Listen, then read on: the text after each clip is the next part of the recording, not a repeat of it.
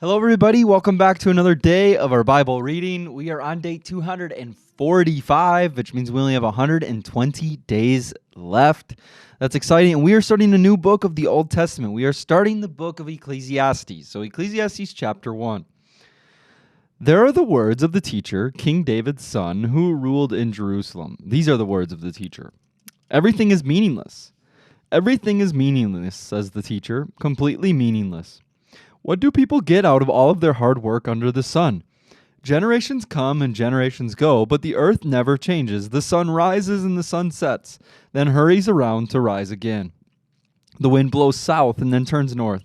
Around and around it goes, blowing in circles. Rivers run into the sea, but the sea is never full. Then the water returns again to the rivers and flows out again to the sea. Everything is wearisome beyond description. No matter how much we see, we are never satisfied. No matter how much we hear, we are not content. History merely repeats itself. It has all been done before, and nothing under the sun is truly new. Sometimes people say, here is something new, but actually it is old. Nothing is ever truly new, and we don't remember what happened in the past, and in future generations, no one will remember what we are doing now. The teacher speaks. The futility of wisdom. I, the teacher, was king of Israel and lived in Jerusalem. I devoted myself to search for understanding and to explore by wisdom everything being done under heaven. I soon discovered that God has dealt a tragic existence to the human race. I observed everything going on under the sun, and really it is all meaningless, like chasing the wind. What is wrong cannot be made right, and what is missing cannot be recovered. I said to myself, look, I am wiser than any of the kings who ruled in Jerusalem before me. I have greater wisdom and knowledge than any of them. So I set out to learn everything from wisdom to madness and folly. But I learned firsthand that pursuing all of this is like chasing the wind. The greater my wisdom, the greater my grief. To increase knowledge only increases sorrow. Chapter 2, the futility of pleasure. I said to myself, come on, let's try pleasure. Let's look for the good things in life. But I found that this too was meaningless. So I said, laughter is silly. What good does it do to seek pleasure? After much thought, I decided to cheer myself with wine. And while still seeking wisdom, I clutched at foolishness. In this way, I tried to experience the only happiness most people find during their brief life in this world. I also try to find meaning by building huge homes for myself and by planting beautiful vineyards. I made gardens and parks, filling them with all kinds of fruit trees. I built reservoirs to collect the water to irrigate my many flourishing groves. I bought slaves, both men and women, and others were born into my household. I also owned large herds and flocks, more than any of the kings who had lived in Jerusalem before me. I collected great sums of silver and gold, the treasure of many kings and provinces. I hired wonderful singers, both men and women, and had many beautiful concubines. I had everything a man could desire. So I became greater than all who had lived in Jerusalem before me, and my wisdom never failed me. Anything I wanted, I would take. I denied myself no pleasure. I even found great pleasure in hard work, a reward for all my labors. But as I looked at everything that I had worked so hard to accomplish, it was all so meaningless, like chasing the wind. There was nothing really worthwhile anywhere. The wise and the foolish. So I decided to compare wisdom with foolishness and madness, for who can do this better than I, the king? I thought wisdom is better than foolishness, just as light is better than darkness. For the wise can see where they are going, but fools walk in the dark. Yet I saw that the wise and the foolish share the same fate. Both will die. So I said to myself, since I will end up the same as a fool, what's the value in all my wisdom? This is all so meaningless. For the wise and the foolish both die. The wise will not be remembered any longer than the fool. In the days to come, both will be forgotten. So I came to hate life because everything done under the sun is so troubling. Everything is meaningless, like chasing the wind. The futility of work. I came to hate all of my hard work here on earth, for I must leave to others everything I have earned. And who can tell whether my successors will be wise or foolish? Yet they will control everything that I have gained by my skill and hard work under the sun. How meaningless! So I gave up in despair, questioning the value of my hard work in this world. Some people work wisely with knowledge and skill, then must leave the fruit of their efforts to someone who hasn't worked for it. This, too, is meaningless, a great tragedy. So what do people get in this life for all their hard work and anxiety? Their days of labor are filled with pain and grief. Even at night, their minds cannot rest. It is all meaningless. So I decided there is nothing better than to enjoy food and drink and to find satisfaction in work. And then I realized that these pleasures are from the hand of God. For who can eat or enjoy anything apart from Him? God gives wisdom, knowledge, and joy to those who please Him. But if a sinner becomes wealthy, God takes the wealth away and gives it to those who please Him. This too is meaningless, like chasing the wind. Chapter 3, a time for everything. For everything there is a season, a time for every activity under heaven. A time to be born and a time to die, a time to plant and a time to harvest, a time to kill and a time to heal, a time to tear down and a time to build up, a time to cry and a time to laugh, a time to grieve and a time to dance, a time to scatter stones and a time to gather stones, a time to embrace and a time to turn away, a time to search and a time to quit searching, a time to keep and a time to throw away, a time to tear and a time to mend, a time to quiet and a time to speak, a time to love and a time to hate, a time for war and a time for peace. What do people really get for all their hard work? I have seen the burden God has placed on us all, yet God has made everything beautiful for its own time. He has planted eternity in the human heart, but even so, people cannot see the whole scope of God's work from beginning to end. So I concluded there is nothing better than to be happy and enjoy ourselves as long as we can. And people should eat and drink and enjoy the fruits of their labor, for these are gifts from God. And I know that whatever God does is final. Nothing can be added to it or taken from it. God's purpose is that people should fear Him. What is happening now has happened before, and what will happen in the future has happened before, because God makes the same things happen over and over again. The injustices of life. I also noticed that under the sun there is evil in the courtroom.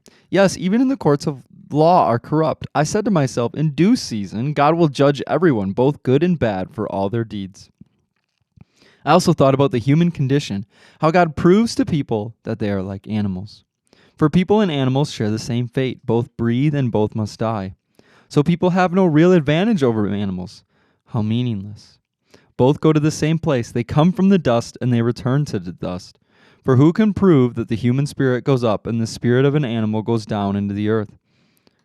So I saw that there is nothing better for people than to be happy in their work. That is our lot in life, and no one can bring us back to see what happens after we die. All right, so we're looking at Solomon's words of wisdom here in Ecclesiastes, and we're kind of seeing his heart and, listening to him from an interesting point of his life. Obviously, he has wisdom, and he is kind of contemplating and fighting through both the good and the bad thoughts of gaining his wisdom. So we'll keep digging into this story here. And then we are going to go to 2 Corinthians chapter 6 today. So verses 1 through 13. It says, as God's partners, we beg you not to accept this marvelous gift of God's kindness and then ignore it. For God says, at just the right time I heard you.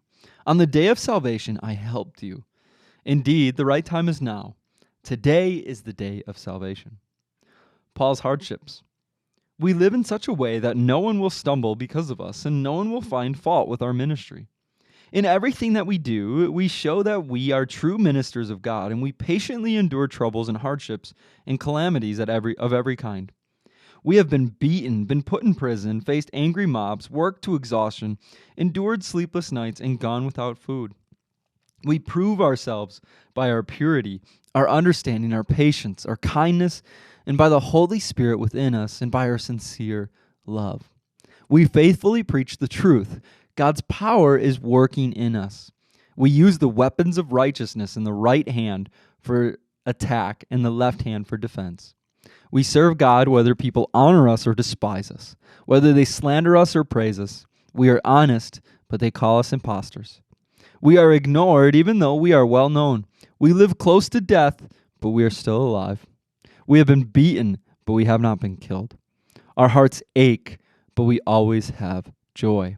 We are poor, but we give spiritual riches to others.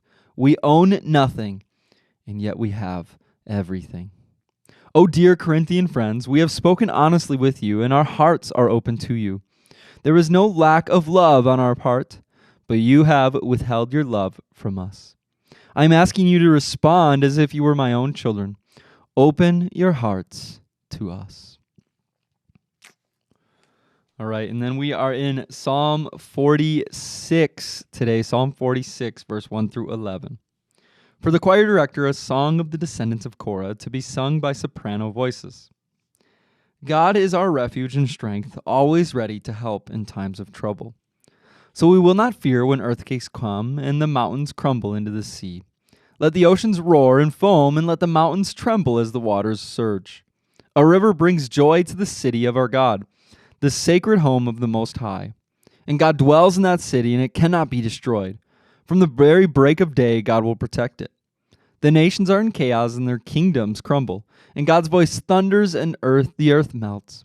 The Lord of heaven's armies is here among us, and the God of Israel is our fortress. Come see the glorious works of the Lord. See how he brings destruction upon the world. He causes wars to end throughout the earth, and he breaks the bow and snaps the spear. He burns the shield with fire. Be still and know that I am God. I will be honored by every nation. I will be honored throughout the world. The Lord of heaven's armies is here among us. The God of Israel is our fortress. And then the last scripture of the day today is Proverbs 22, verse 15. It says, a youngster's heart is filled with foolishness, but physical discipline will drive it far away. All right, and then our quote of the day from Oswald Chambers for September 2nd says, a life of purpose. If we believe in Jesus, it is not what we gain, but what he pours through us that really counts. God's purpose is not simply to make us beautiful, plump grapes, but to make us grapes so that he may squeeze the sweetness out of us. John 7:38 says, he who believes in me, out of his heart will flow. I'll read that again. This is a good one today. A life of purpose. They're always good, but this is an extra good one. It says, if we believe in Jesus, it is not what we gain, but what he pours through us that really counts. God's purpose is not simply to make us beautiful, plump grapes, but to make us grapes so that he can squeeze the sweetness out. You know, and I've looked a lot, and this is hard, and we're kind of look at more and more of this as we keep going on in Scripture and reading some of Solomon's work and things along those lines. But also, you know, there's something that happens in the crushing, in the crushing, right? When we become a follower of Jesus, you know, we gain so much. We gain eternity. We gain life through Jesus. So what we gain is amazing, but that's not the big thing. That's not the big, like Oswald Chambers, it's not what we gain, but it's what he pours through us that really counts. It's what God then can do through us that is even more special. and there's some really good scripture that we could pull on this, but off the top of my head, I don't know the exact references, but it's in the crushing, when we are being crushed and when we are being, challenged and forced to stand on our faith and to say, Jesus, you are what really matters. And above anything that I see in this world, whatever is in front of me, above it all, I'm going to choose you. I'm going to choose Jesus.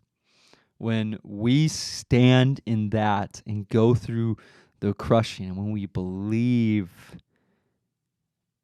that Jesus is Lord and that he is good, out of our hearts and out of our lives and in the way that the Lord works in us, God performs some dramatic miracles. He who believes in me, out of his heart will flow. So no matter where you are today, whether you are in a high moment or a low moment, God wants to use you. He wants to use you to build his kingdom and to share his glory. Let's pray. Lord, we thank you that you've chosen us. Lord, we thank you that you love us. And Lord, we thank you that whether we're in a place filled with joy right now or a place filled with pain, Father, that you are there with us, that you are here with us. And you are our mighty fortress, that you are the place of peace, that you are the place of rest, and Lord, that you are fighting for us. You are with us, and we thank you for that. In Jesus' name we pray. Amen. All right, everybody, that's it for September 2nd, day 245. We will see you again tomorrow. Bye, guys. Have a good day.